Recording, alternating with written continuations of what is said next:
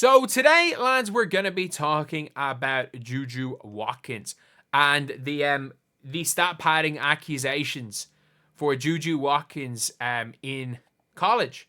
Because yesterday, like up until a few days ago, Juju Watkins, her points per game had been is the best way to describe them. Like she was averaging 21 points per game, and she was struggling. She was shooting terribly from the field, and now suddenly she's back up to averaging 26 points per game.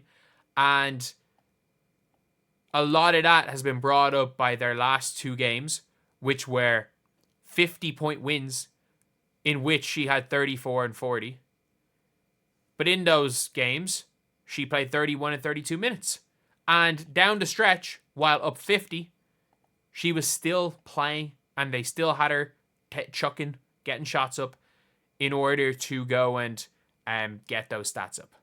And there are a lot of stat padding accusations, and we're going to be talking about that in this video. Before we get on to what we're doing, Hoopsmas is actually video number 7 for today. We're meant to be doing 5 per day, but I only got 4 yesterday, so I'm giving you an extra. Had to make up for it for 6. I'm giving you an extra one because there might be on Monday I might not be or Tuesday I might not be able to upload the right amount. But if you guys are new to the channel and enjoy, we are trying to hit 39,525. If we can hit 4 more subscribers by the end of the day, that would be insane. But we're talking about this, and I don't really have an issue with it. And I mean that. I don't really have an issue with Juju going out and getting her points, because people saying, "Oh, she's going for the record." I'm like, man, you do not know how hard it's going to be for Juju to break the record, right? Like Juju is going to have to literally average 30 a game for the next 3 years and make deep tournament runs in all 3 years. And then I think USC might have like one of the top recruits coming in next year. And the reality is that she is still like nowhere near. It is going to be so hard. So hard for Juju Watkins to break that record. Like people don't understand how hard it was for Caitlin to break the record. And Caitlin has broke the all-time NCAA D1 scoring record. And if we include the tournament, Caitlin Clark has had multiple 2 tournament runs to the literal finals where she averaged 30 plus a game. And it's genuinely, it's like, it's not something that you can stat pad this soon. I think she's just the reason why I think she's in the game is to get rhythm. I'm going to be honest. I think the reason why she's in the game at that stage is because she's been out of whack.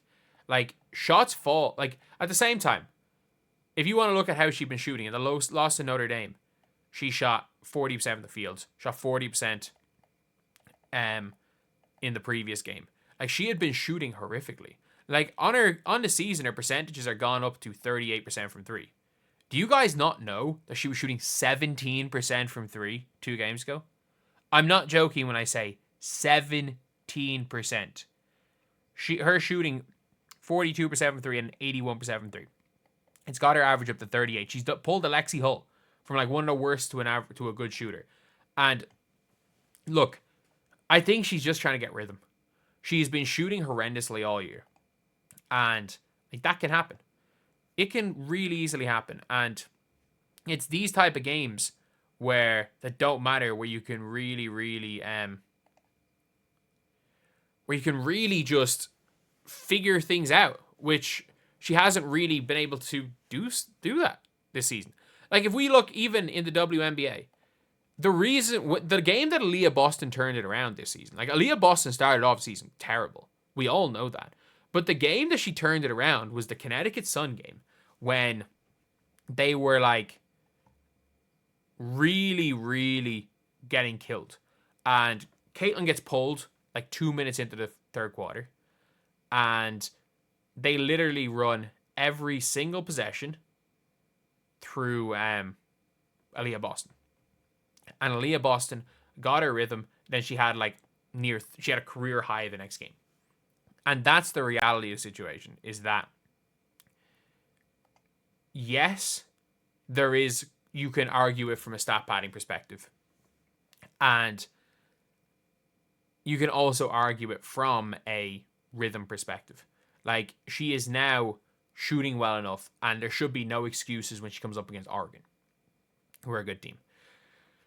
And Juju Watkins, she is not, like, her team's going to be good enough. If they want to win, she's not going to break the record. And I mean that. Like, you don't realize how many points Clark scored in her last 2 years of college. Like, Caitlin Clark was not on track to breaking the record. Caitlin Clark averaged a superhuman amount of points in her last 2 years in college. How many points Kelsey Plum averaged? I think there's a good chance she overtakes Kelsey Plum. But, like, that record that Caitlin Clark has is going to be nearly impossible to beat. She even broke the unofficial record. She broke Pete Maravich's record. Juju Watkins barely scored more points than Caitlin Clark as a freshman.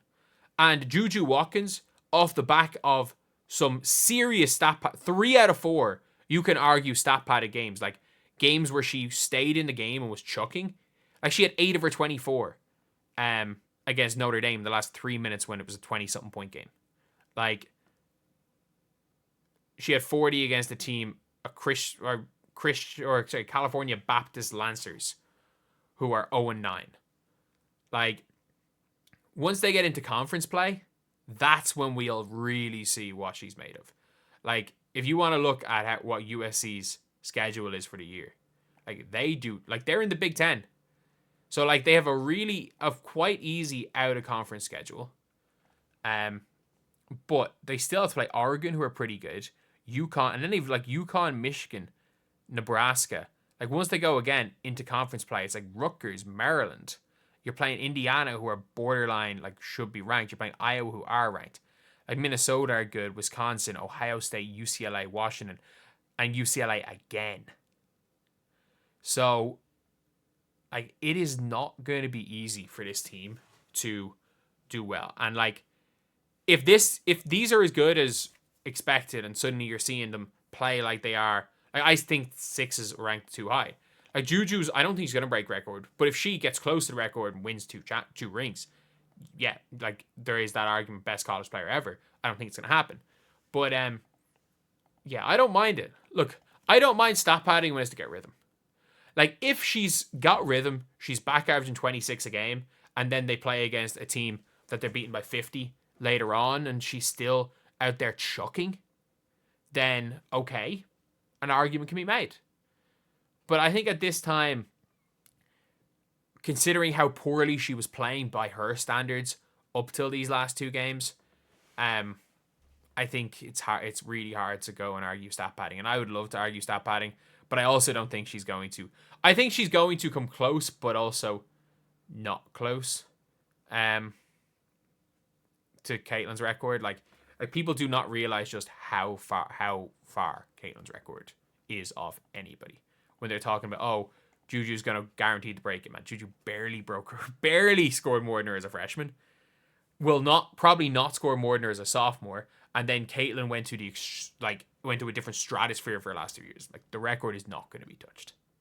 Either way, though, for USC, it is more important that Juju's got her rhythm back and actually is hitting some shots than it is her to break that record.